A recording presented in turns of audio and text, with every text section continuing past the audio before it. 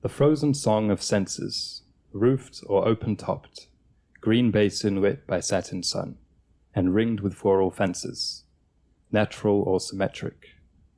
Place tied with lace, like the presence you provoke. Your floor's been walked by millions, yet it feels, to me, bespoke. Hey everyone, welcome back to Solacene, the podcast where we imagine a beautiful, sustainable, tactile future. This is the 16th episode in our internet semester, and this week we're going to be designing the Solacene Tech Arcade. Is that what you would call it?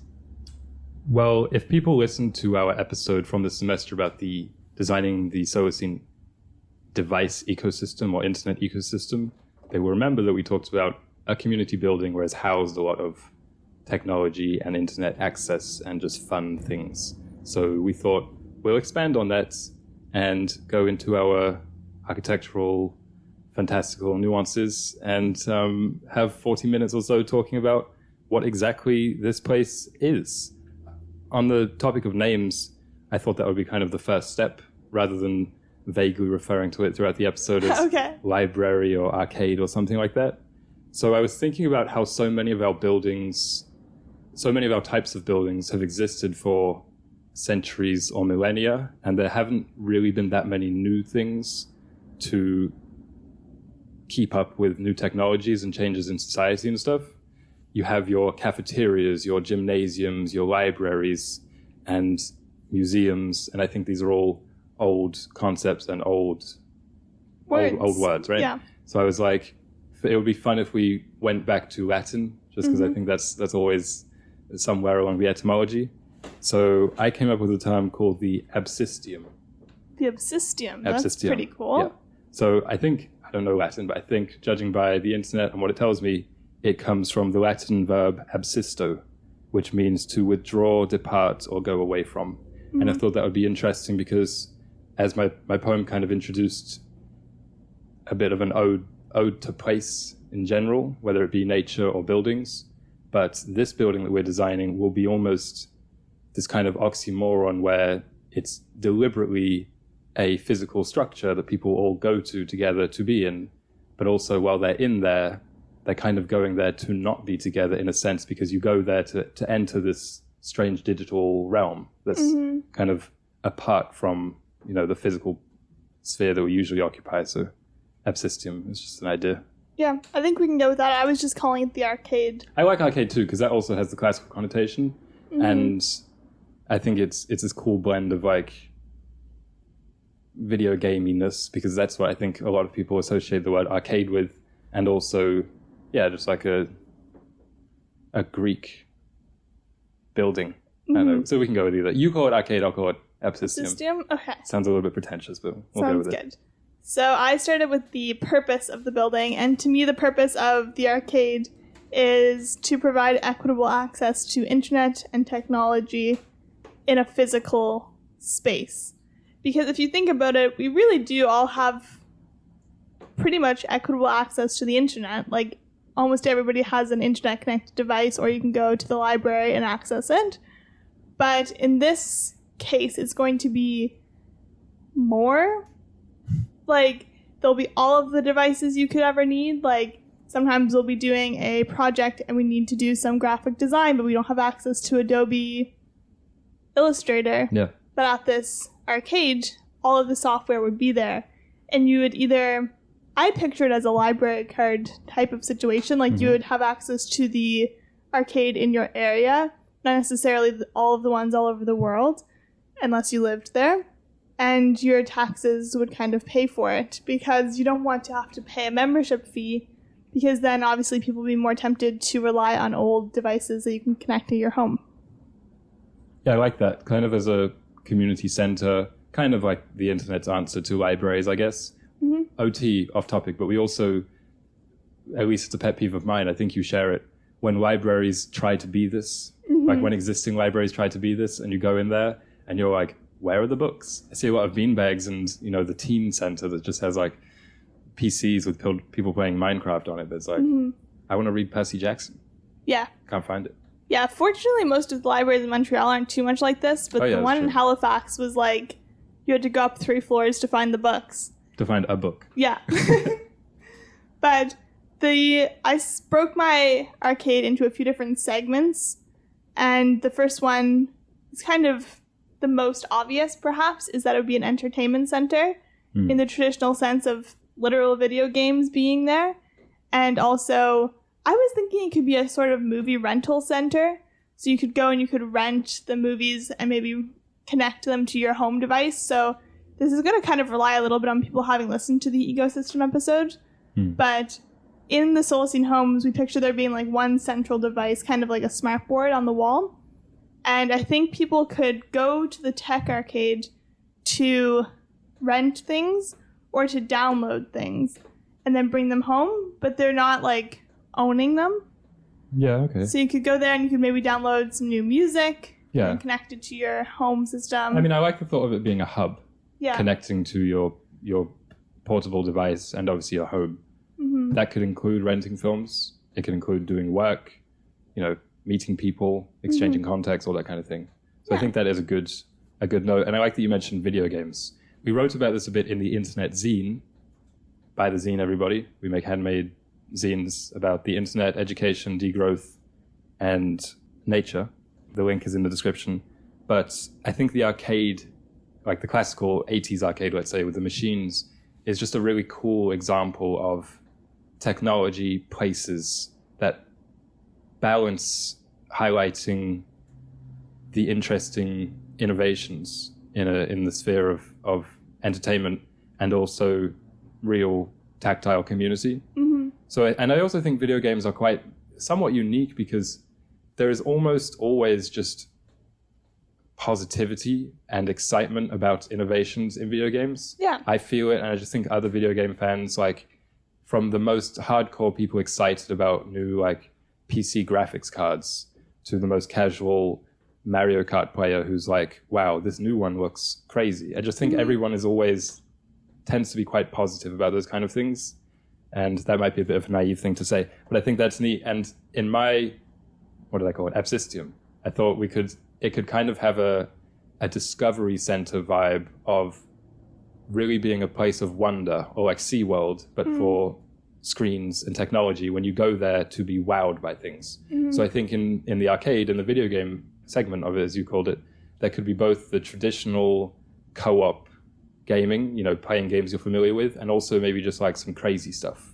And the same with, like you said, an entertainment center, like they could have here next level like wraparound screens where you could watch movies, or like the 4D stuff where they throw water in your face or it feels like they're doing so or something. Or do you remember Xbox Kinect? Where you had like it sensed your body movements? It was Xbox's answer to the Wii. Yeah. And I don't know if anybody bought it or owned it or liked it. I think it was a bit of a point of mockery at the time. But I think that's kind of a cool idea that could be expanded on with probably technology greater than that which they came out with in 2009 or whatever it was. So just like crazy stuff like this, where you're playing a game, but you're controlling it with your body or with your voice, with other people, by yourself. Like where you go to be kind of inspired for an hour or something like that.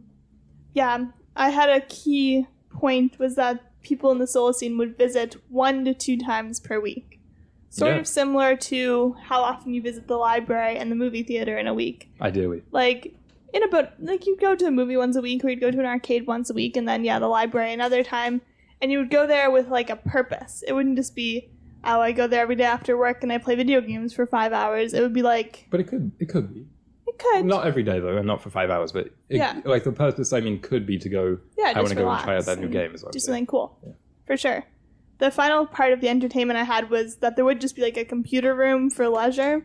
Yeah. I think there'll be different codified computer rooms. Like some will be for work, some will be for research, but there'd be one that's just for fun, to just go and play PC games, but also maybe just to look up funny stories on Wikipedia or whatever it might be. Yeah. But I think having the different computers kind of having purposes is a cool idea, instead of just being like rows and rows and rows of computers and every person's doing something different. Because then if there's a room and it's like, this is the fun computer room, there'd be more of a sense of community and kind of easier to build relationships with people. It's not a bad idea.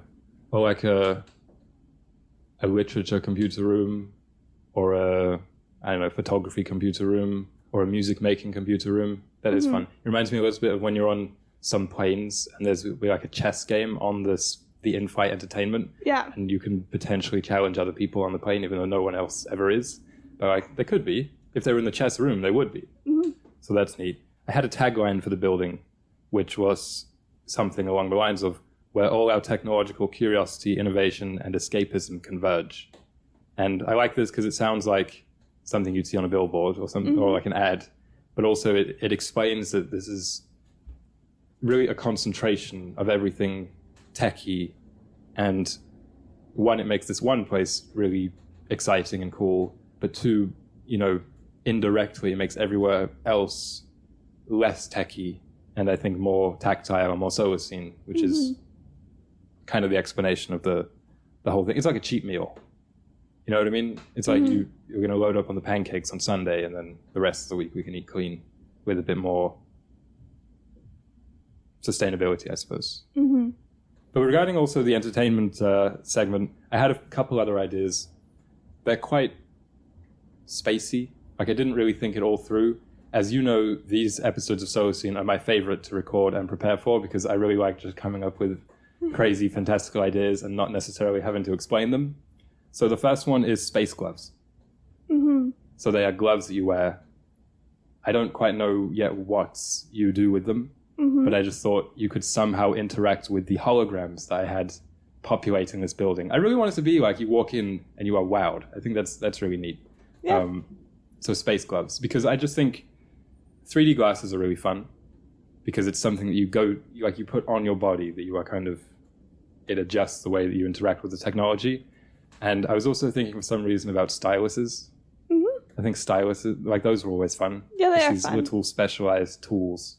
If it's wearable or like on your person, I think that's really neat. So yeah, I think the space gloves. gloves could be tactile and that and you're That's what I interacting mean. with the holograms You they give feel like you are touching something, right? Yeah, that's fun. So I think that's neat. I also had the idea of the magic school bus, or if there's branding issues, just call it like the education submarine or something like that. Yeah. Where you go in with other people into this submarine-looking enclosure, and obviously it doesn't go anywhere because it just stays in the building.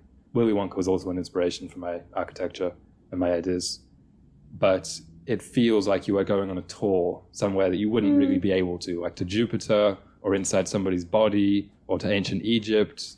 If you've seen the Magic School Bus, those kind of things, because through the windows you are seeing it, and maybe there's like a narrated tour. I think this is doable today and probably exists, but...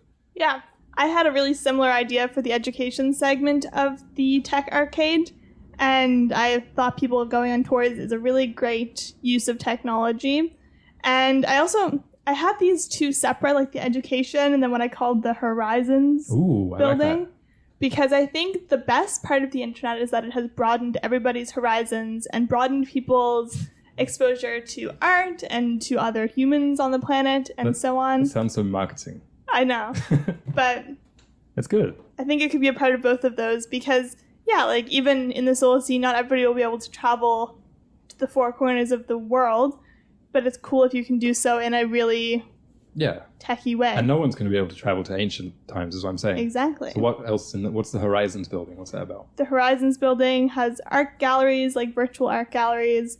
It has debates. It hosts debates. Okay. And it's kind of where the international communications can kind of happen. So in your personal home device, you can FaceTime your grandmother who lives across the province or whatever. But in the Horizons building, maybe once a month they host a debate with people from all over the world, and you can sign up to go and attend, or lectures, stuff like this.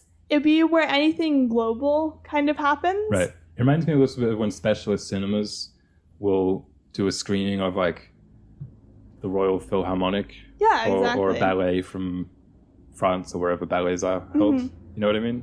Yeah, it'd be that place. More. I had a few random thoughts, not really pertaining to the design of this building, but one is that in the Solacene, there will be more places that deliberately block Wi-Fi and data signals and that kind of thing. So it's like that is the selling point. You go to this cafe and I don't know whether it'll be just like a rule that we don't allow it, or more likely, literally, it won't function there. And I think there are materials that can do that. I think there are already places like this that exist, but it would be more of a thing. I remember I saw this YouTube comment once. I don't remember what video it was on. It was very popular. It had like a couple thousand likes. And it said, if there was a cafe or a restaurant that tried to be like the 90s, then I would love that. And it's like, I think everybody would love that. The problem is such a place would just be like, oh, we have those cups with the crazy colors and we're playing 90s hip hop and stuff. And they wouldn't understand that it's not just the aesthetic that people want. It's that lack of connectivity. Similarly, online, I've seen at least 2 or 3 people kind of joking, but kind of not joking about how if there was some kind of Amish-esque enclave of people living in a pre-internet town, that would be a nice place to live. And I that's true.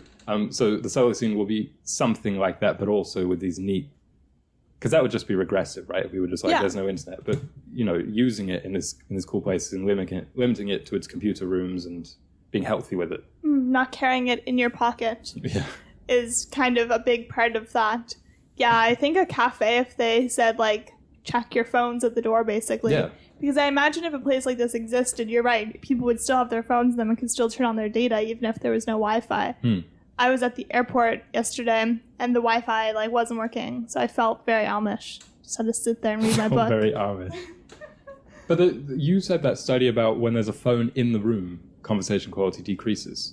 So I think that's one of the reasons people really subconsciously or consciously want that. Another thought I had was about in the Solacene. It's kind of related, I guess, to this building, the Absistum or the arcade, removing branding and treating the internet as, this sounds kind of awkward, but treating it as separate from its devices. Because I think right now we just see a nice, cute Chromebook or iPhone, and we don't really know of the internet beyond these consumerist tools through which we access it, if you know what I mean. So this is why I'll get into this a bit more later, but one of my ideas for this building is to have it be kind of an educational maker's palace or workplace where people can learn about coding and how to make a website and how to fix your phone and how to wire a battery or a radio, and having it be kind of a real democratic leveler.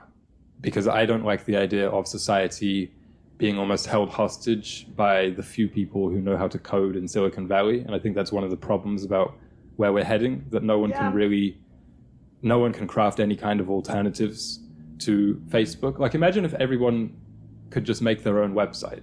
I feel like that should be a bit of a baseline. And I'm not really a massive proponent for kids learning to code. Like, I'm not crazy into that. I just think in the world that it is in 2023 and onwards in the Solacene, the way that we interact and interface with society, even in the Solacene, will be a lot through the internet. Less so than now, but like someone knowing how to make their own website just seems like a basic tool, and it would decrease your reliance on your Facebooks, your Twitters, your technocratic tyrants or whatever. It'd be easier to create like a community bulletin board or whatever you want to do. Exactly. And not have to host it on Facebook or host it on an existing site. So my thought, to finish that thought, it was kind of like the concept of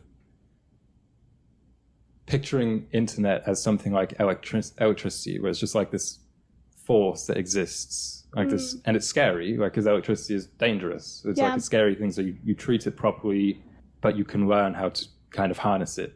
And another side of this is just straight up moving away from the materialism and the branding of, like, I saw a meme on Facebook this week. Why am I looking at memes on Facebook? I don't know. Somebody shared it. It said something like, there's no one more stubborn than an Android user who refuses to switch to iPhone. And I was like, one, this seems so charmingly dated. Yeah, it seems like something that people would have been angry about in 2012 in like middle school. And two, I mean, I don't know. It actually made me laugh, because it's just like, kind of true.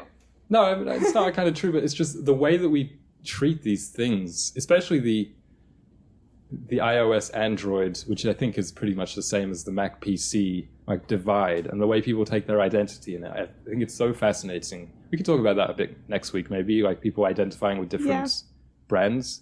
But yeah, I think in the Solacene we don't really have that, because we don't rely so much on the big companies, and like some people are just making their own operating systems. Yeah, I like that. As you said in your poem, like making it bespoke. Perhaps at these arcades there'd be like bespoke technologies. Maybe people would like come to visit to like try them out and stuff like that. Yeah. Another tenet of the arcade that I had was community, which is really similar to what you're saying. And it'd be a place for people to skill share, to like share different skills, probably related to tech. There'd be other spaces for physical skills. But also this area would be like the community bulletin. Yeah. So perhaps you go there to check the news, or it would be where people could post events and then it would upload to your home device or something like that.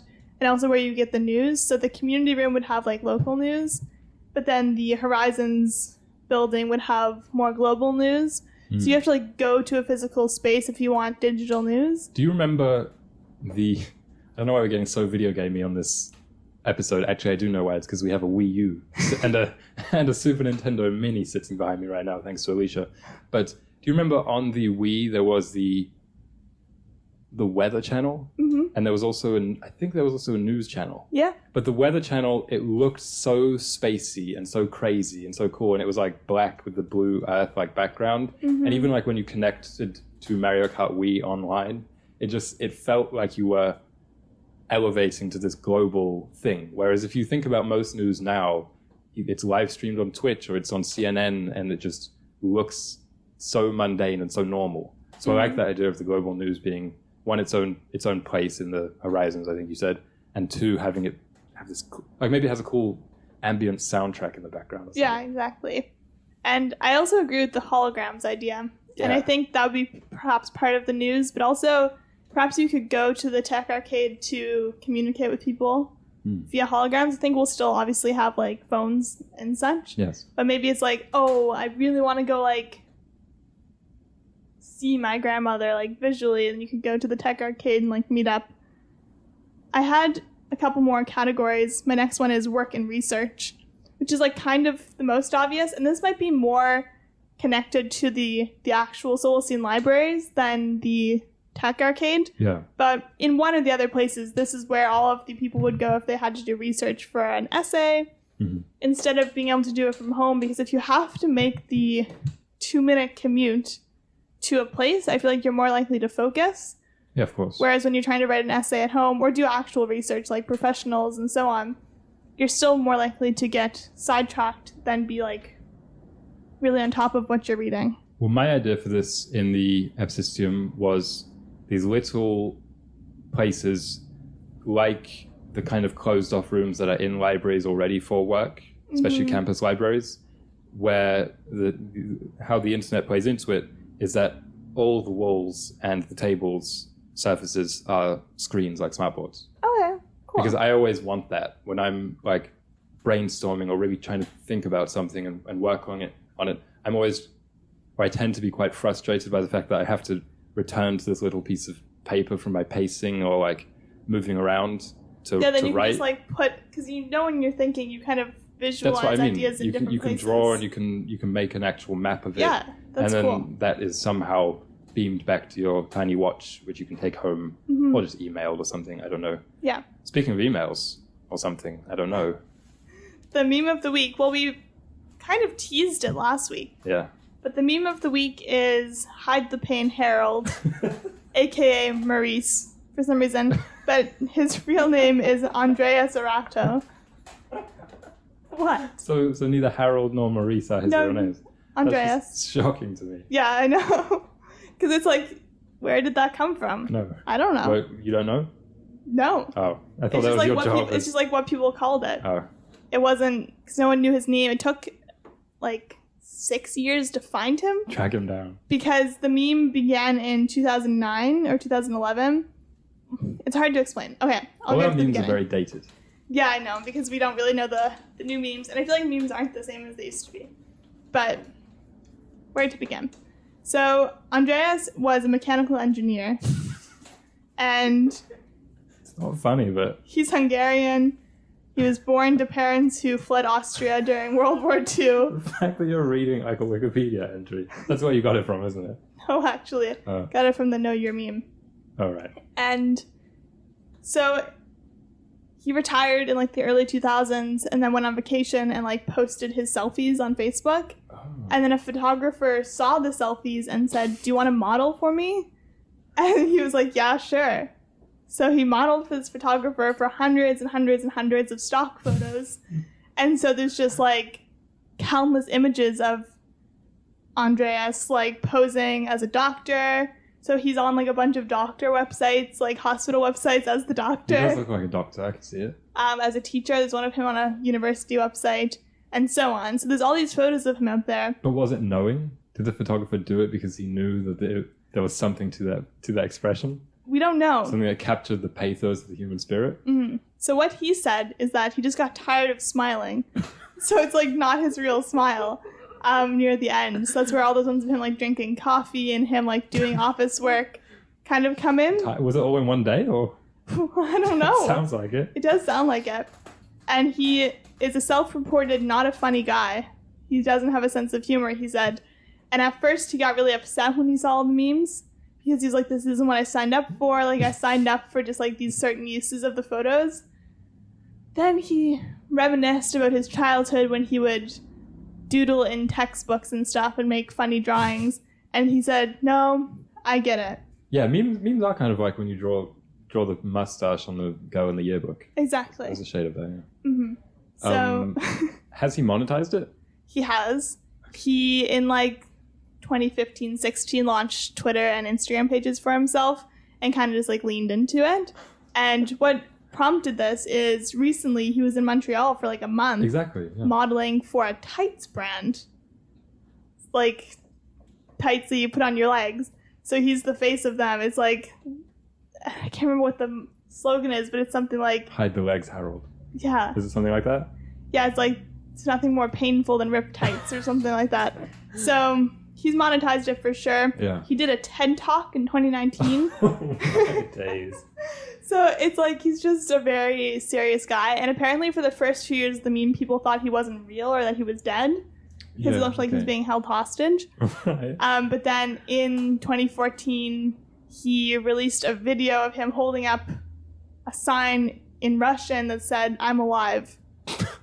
And there was like Reddit pages and stuff trying to find him, and like this is kind of what prompted it. And then he has a YouTube. Anyway, he just really leaned into it.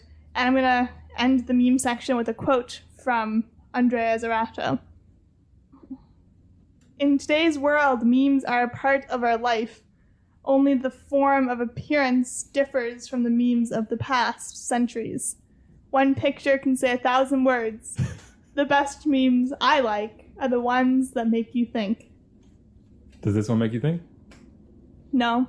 He sounds so profound in that. He sounds like such a wistful figure. Yeah, everything I heard, because I read a bunch of interviews with him, this is the first meme that I really like got into the person, because that's kind of is the meme. It's just like this man. Getting into the mind behind the meme. And they're all very like profound and deep, and it does seem like he doesn't have that much of a sense of humor. Like he just is really deep about everything.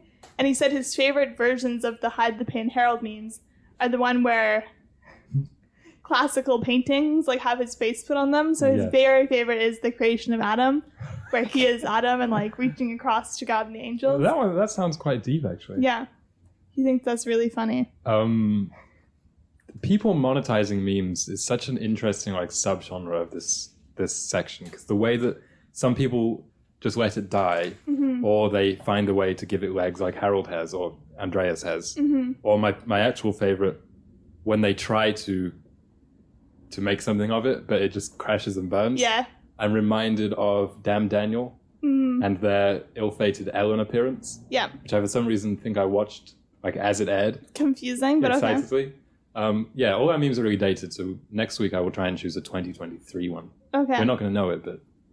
just maybe someone listening will. Yeah. That reminds me, I saw on Instagram last night the girl who, like, she was very little. I smell like beef. It's frickin' bats. That girl. I don't know. You don't know what that is, but people listening might. She's still, like, ever since then, has been posting on, or her mom has been, on Instagram, and she has, like, hundreds of thousands of followers. So I just think there's something so funny about that. Like, do it well. It's such a unique thing. And some people are able to pivot it into actual careers doing various things. Maybe we can talk about that a bit next week, like a who's who of, like, people who have where are they now, basically? Like internet fame. Yeah. I also had a topic for next week because I prepared for it, but you didn't because I didn't tell you about it. But talking about how the internet has changed photography. Yeah. Because I was looking into stock images and the history of that, and there's quite a deep history of how the internet changed like the field of photography. So maybe we don't have to talk specifically about photography, but we just talk about how it's changed some traditional industries. Yeah, shout out to our joint account on Flickr back in the day. Yeah. If people want to try and find that, good luck. Going back to the tech library, and specifically that point I had about this really solar punk ethos of people going there to DIY certain tools, be they like software or hardware, essentially. And I was thinking about solar punk and how it seems almost to be a mainstream kind of aesthetic now, even if people don't call it by that name. Mm-hmm. You look at most kind of architecture websites or renders of buildings to come, they all look very clean and green and glassy and basically solar punk. Mm-hmm. But I think what they miss out on is the punk part of it. And it sounds a little bit, again, of an oxymoron, I think, for me to be talking about punk in a centralized building, centralized punk. Mm-hmm. But really, like I said, it's about taking some of that soft power away from different corporations. And I just think like learning how to code, that's kind of punk. Yeah, Or like learning how to fix your own things, that's kind of punk. But I had a few more notes on the design of the building also. One of them is biophilic architecture. Okay. This kind of interplays into the solar punk reference as well. There's this quote, biophilic design seeks to link our intrinsic need for affiliation with nature to the modern built environment. And I was thinking something that would be more unique than just having plants or like a growing wall or even moss, which I really like, or flowers in the epicystem is fish. Ooh. Because for some reason, I think of fish as like the tiny phones of the animal kingdom.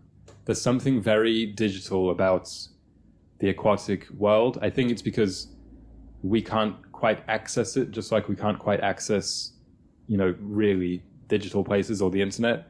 It's also blue, and it seems very neon and very bright. And also, it's the fact that really my main exposures to these things have been SpongeBob and Finding Nemo and The Little Mermaid, which were all obviously digital representations of them. So I think fish in the walls and in the floors and stuff. And also maybe it's the fact that there's those electric fish. Yeah.